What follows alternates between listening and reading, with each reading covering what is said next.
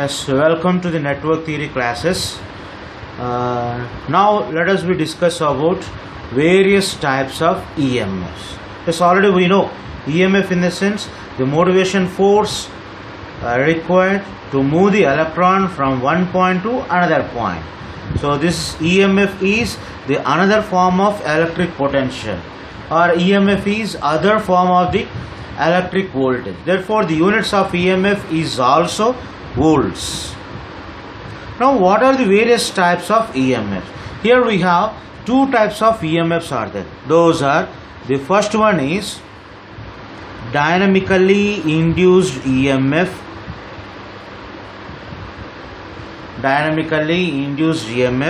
And second one is statically induced EMF.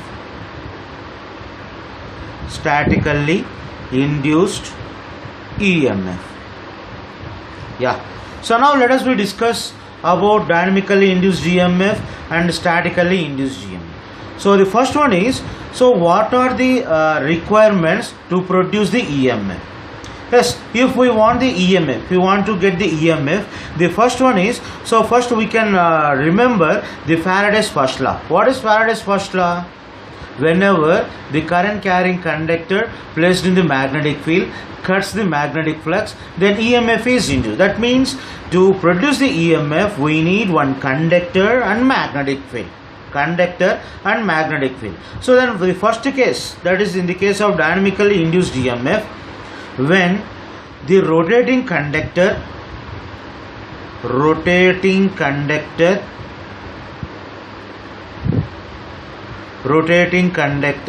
interacts with magnetic field or stationary magnetic field,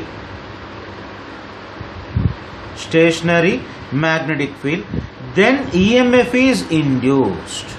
Just you see here, when rotating conductor interacts with the stationary magnetic field, then EMF is induced. Such EMF is called dynamically induced EMF. So here I don't want to concentrate on this topic. So here suppose for example, North Pole is there and South Pole is there. This is North and South, and always we know that the magnetic lines of force travel from North to South. These are called magnetic flux. If we place one rotating conductor in between these two, so whenever this conductor is rotating like this, so hence this conductor will cut the magnetic flux, then EMF is induced. Such EMF is called dynamically induced EMF. So this dynamically induced EMF is given by E is equal to BLV sin theta. Where B is called magnetic flux density.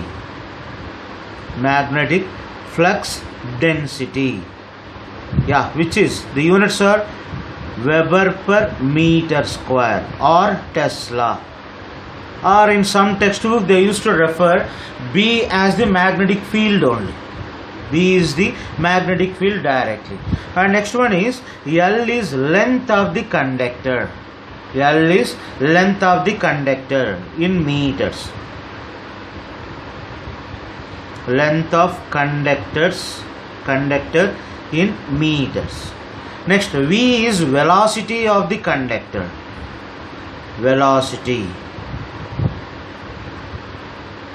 V is the velocity. And what is theta? Theta is an angle between magnetic field and conductor position. Theta is angle between magnetic field and conductor position. Magnetic field and conductor. That is angle between magnetic field and conductor. And if suppose these two are parallel, that is magnetic field and conductor both are parallel, then theta is equal to 0. When theta is equal to 0, E is equal to 0. That means what we say, when conductor and magnetic field both are kept parallel to each other like this, then there is no EMF induced in the conductor.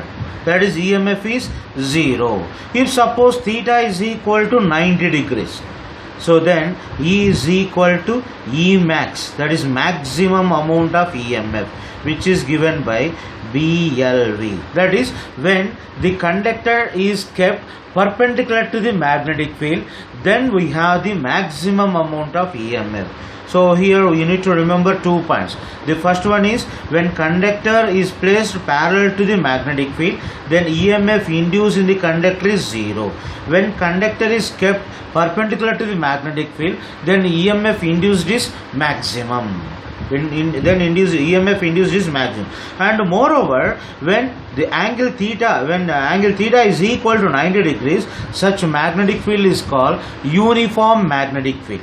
Uniform magnetic field. In uniform magnetic field, we have the great amount of EMF. This is about dynamically induced EMF.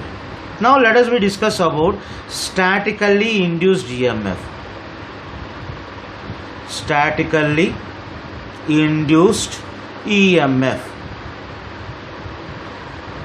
Statically induced EMF. Yes, what is the statically induced EMF? When stationary conductor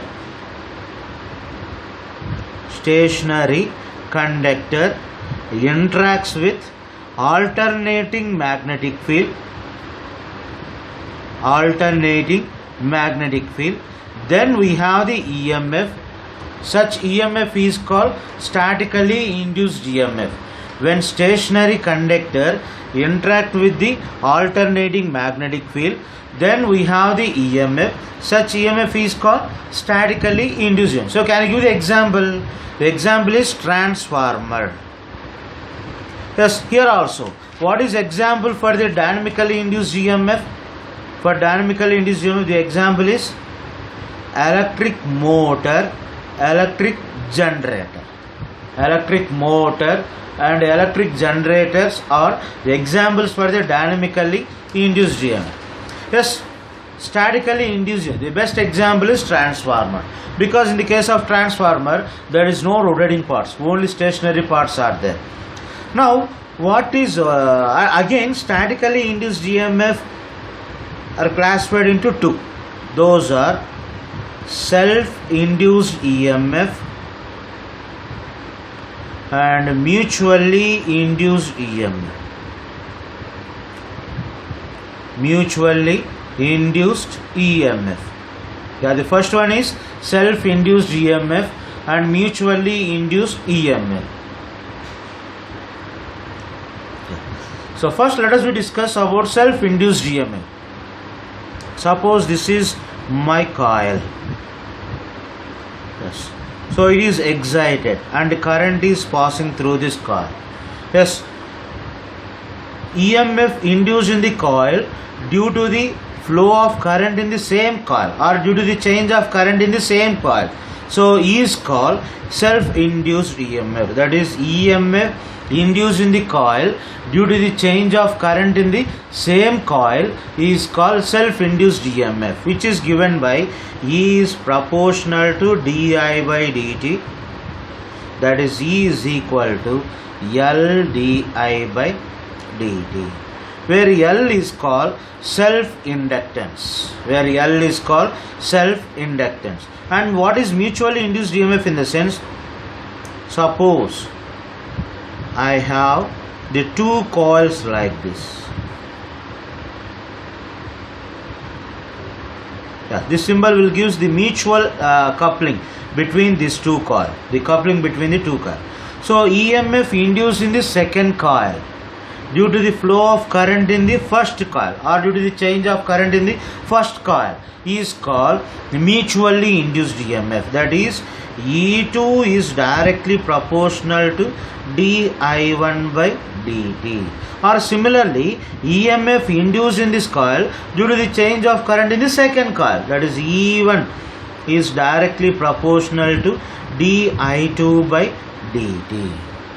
So then here the proportionality constant is E2 is equal to m di1 by dt, or E1 is equal to m di2 by dt, where M is called mutual inductance. Where M is called mutual inductance between the two coils. So mutual inductance will come into the picture whenever the two coils have the mutual effect. If there is no mutual effect, in the sense there is no mutual inductance. Okay.